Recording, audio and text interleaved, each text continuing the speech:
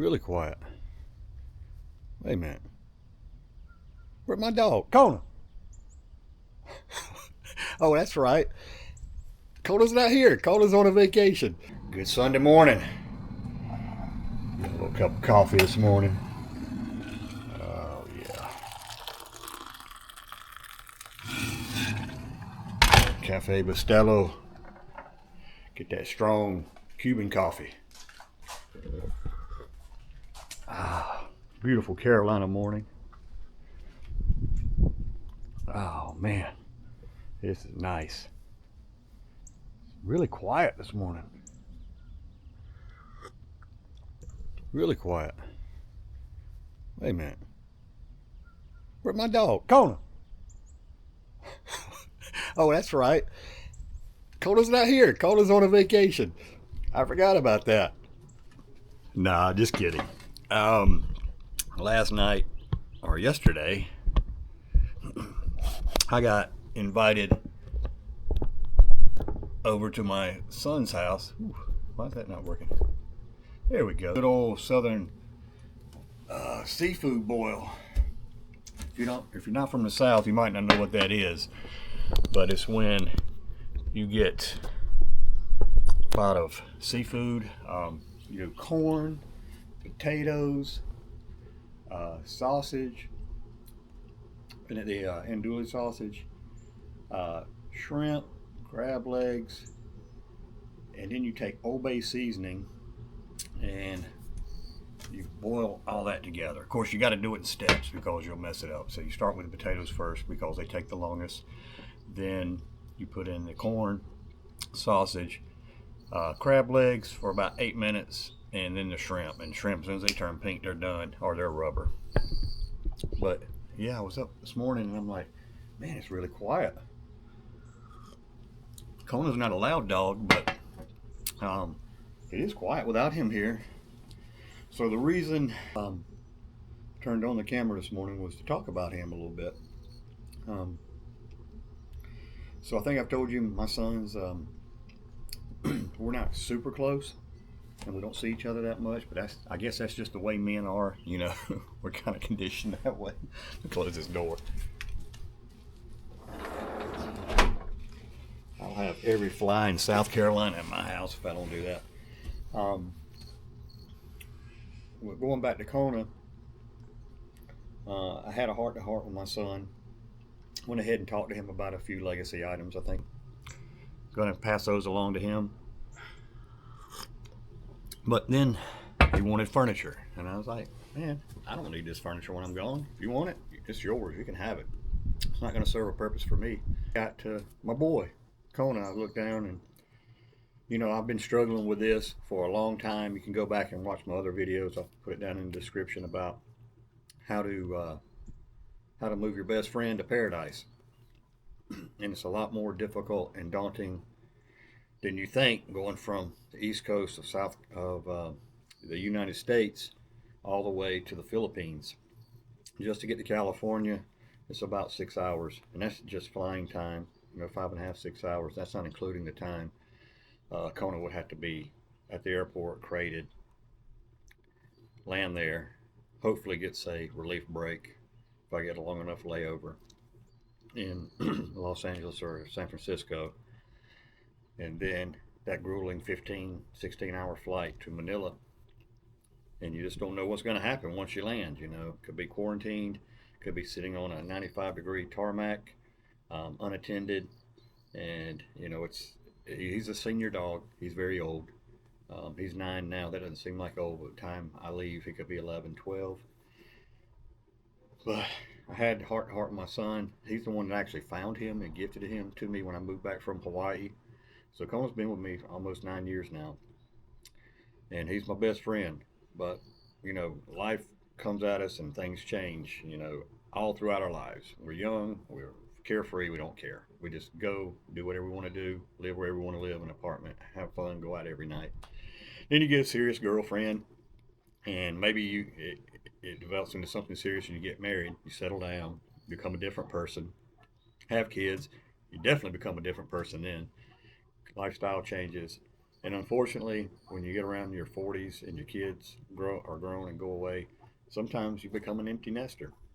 People grow apart. Their whole life is raising kids, and they don't take care of each other, and that bond gets strained or broken or no longer exists. And he pretty much goes everywhere I go, but he might not be able to go to the Philippines this time. So that's where this conversation comes in with my son, and I explained to him, I said, I'm taking him to the vet, I'm talking to some veterinarians, some experts, and because of his breed, he's very, God, what's the term they use? Anyway, he's like a husky breed. I mean, he's got some chow in him, some Shar-Pei, some pit bull, and a little bit of beagle, which is crazy. And then there's this thing they call 8% super mutt, which I don't know what the DNA test, but anyway. But it's really hard for him to dissipate heat. You know, dogs have to pant in order to cool themselves off, and he's got that thick fur on the back of his neck, and that's probably part of that chow in him. Summers get hot here, and I always have to have fans on. So I talked to Cameron, and I said, I'm really torn because I'm at a point in my life where I'm ready to go on to the next step. And I'm not going to be able to take Kona, I don't think. I'm still researching it. I'm looking at it. And he goes, Dad, he's not going to make it. You can't take him. He said he would take him. And that's a huge weight off of my shoulders, in that I know Kona will be with family. And right now he's on vacation there for a week because Cameron asked to keep him. He goes, I want to keep him because animals, dogs especially, are pack animals. They like to be around other dogs. And they have a dog named Ringo, about the same size. He's only a year old. He's a pup. So Kona gets a buddy. It's a win-win because the older dog trains the younger dog. I've got a friend that has retrievers, and he gets one every 6 years because at about 6, one passes away. And he always does it that way, so he'll always have a dog. And the older dog, who's 6, 7, always trains the younger dog. And that's very smart. It's smart. But the other thing about my son is he's got a fiance. She's an animal lover too. They've got 2 pigs. They got one named Penelope. It's this little Vietnamese pig. It's so cute. Well, I say little, but it's pretty big. And then he went and got this other one named Chester. And it's got the little horn, they have to saw his little tusk off. But both of them are just pigs. They're just happy. Got me to thinking, I was like, these pigs don't care about the mud, the dirt, the backyard. They just want to be fed. And that's the same. He just wants to be loved and cared for. And, I work a lot of hours. I'm gone 10, 11 hours a day. And Kona's here by himself. And I know it's boring for him because I have cameras and I watch him, and he just lays around. When he was there, or he's there now, he gets to play with the other dog, play with the pigs. I think they're getting a couple of goats, maybe some chickens. So he's a pack animal. He's in his element, and it did my heart good. And I didn't want to leave him because I'm so attached to him.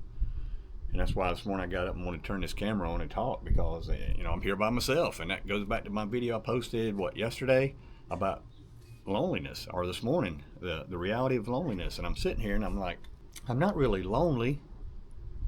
I mean, it's quiet and I miss him, but maybe this is a good trial run for me too, to see if I'm going to be able to survive without him being here. Is that selfish? I don't know. I'm conflicted. I mean, I'm a loyal person, and he's my ride or die. But at the end of the day, if I just stay here and I wait for him to pass along, then what have I done with my life? What have I done with my time? So this little experiment is about him going on vacation with Cameron and his family and seeing how it goes. Like Cam told me last night, he goes, does he like the water? I said, does he like the water? Have you ever watched my videos when I lived in Florida at Miami Beach at Haulover? He was in the water every day, every weekend with me. He loves the water. Go watch lake videos. He loves to swim in the lake. He just doesn't like to be sprayed with water or be in a shower. But if you throw a stick in the ocean, in the river, he jumps right in. He goes, good, because I'm taking him to the river tomorrow. So, I mean, he's got more time to actually do things with him than I do. So, selfishly, I want to keep him, obviously. But I want him to have a better life too. Maybe I'm trying to convince myself it's okay to let go. I don't know. I know there's a lot of pet owners out there to say, you're probably right. But what does that do for me? I mean, I stay here. I mean, I've got a beautiful home. Don't get me wrong. I mean, the bank owns it, but it's nice here. I mean, got a nice swimming pool over there. I built this fenced-in yard for Kona because that was my mom's wishes for him. She loved that dog. She goes, whatever you do, you build a fence for him. And I did. I did what my mom said. But I struggle with this, and I hope, you know, you guys will help me in the comments. I mean, please don't be hateful. Don't be nasty. Just be constructive. That's all I want for my community and my channel, is for people to support each other and be kind and give good advice. I'm so tired of all the negativity. That's another reason why I'm leaving the United States, is because everybody's just not kind. Not everybody, but you guys know what I'm talking about. And a lot of that's just because of the media cycle, you know. The news media cycle does that to us. But if you would, I just wanted to talk a little bit this morning, kind of get that off my chest. If you would just drop your comments in there. You can email me, but I'm kind of stuck. I'm kind of stuck. I mean, I can put him through that grueling trip, and I don't mind paying the money for it. I don't mind paying for the concierge service, but he's my buddy, and that's the last thing I'd hate to have happen is I show up in the Philippines and they notify me, I'm sorry, your dog passed away in transport. The heat was too much for him. The trip was too long. So that's where I'm at, but I need to move on with my life too. I mean, I've done the same thing for almost 40 years now and 80,000 hours, and I'm burnt out. I'm mentally checked out. I'm ready to go. And you know, if this works out and I'm at peace with this experiment, my son's at peace with this experiment, Kona's at peace with this experiment, and everybody's happy, and Cameron said he didn't have any issues, he wasn't looking for you, he was busy the whole time, then I think maybe I can accelerate my departure. I can, instead of the 2 years I was planning on, maybe I cut it down to a year. I mean, that's where I'm at. So if you like my content, this is just a little talk, just to kind of daily affirmations, if you want to say it. Comment, please subscribe, follow me on this journey.